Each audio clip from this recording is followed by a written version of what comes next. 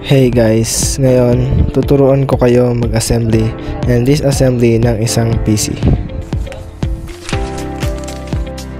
Una sa lahat, tignan nyo muna kung gumagana ang PC bago ito baklasin. At ito ay i-shutdown kapag nakita nyo nang gumagana.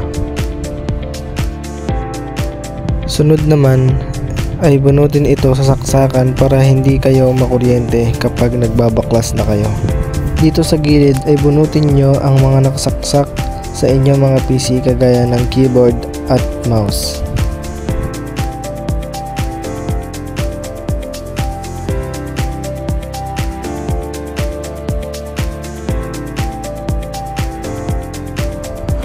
Dito naman ay tanggalin nyo ang cover ng inyong mga PC kagaya dito sa ginagawa ko.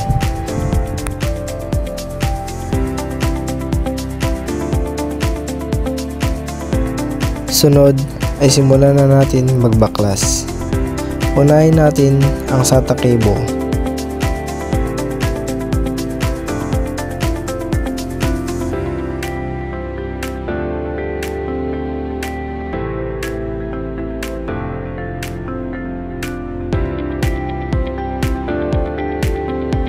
Pangalawa ang HDD o hard disk drive.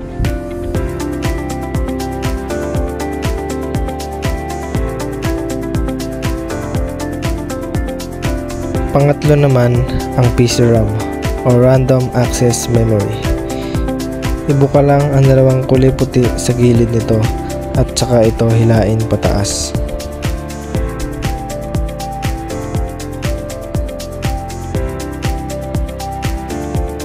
Panghuli ang power supply. Bunutin ang connectors nito at i-unscrew sa gilid tulad ng ginagawa ko sa video.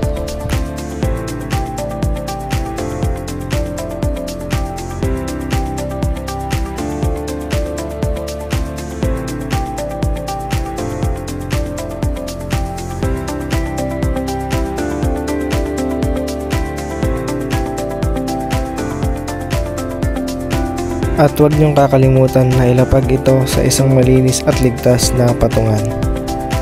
Dito naman ay i-assemble natin ang mga binaklas kanina.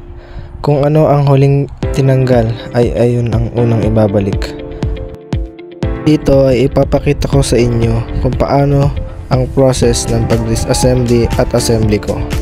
Makikita niyo dito sa assembly na hinuli ko ang RAM dahil ito ang pinakadelikadong parts na sunod sa motherboard.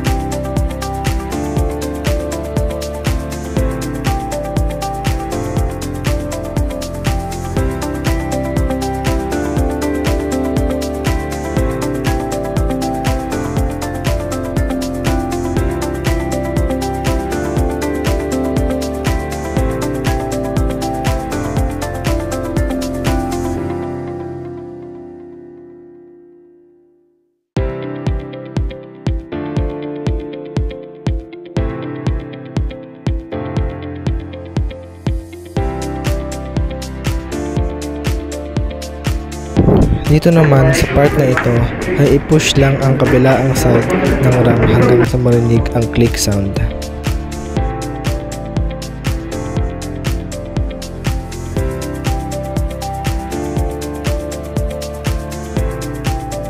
Pagkatapos ikabit lahat ay huwag kalimutan na huwag muna isara ang cover ng PC bago masiguradong gumagana ito. At isaksak na ang power cable at mga mouse at keyboard.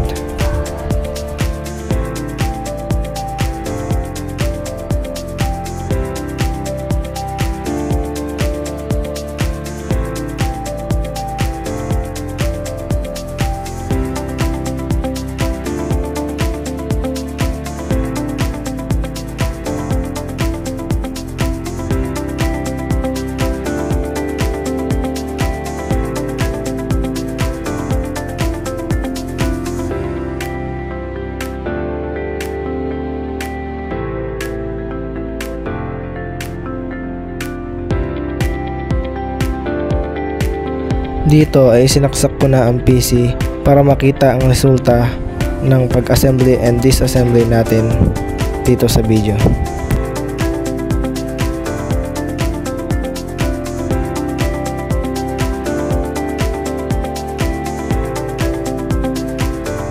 At ayun na nga, naging successful ang pag-assembly and disassembly natin. Pagkatapos ay bunutin ito sa saksakan at ikabit na ang cover.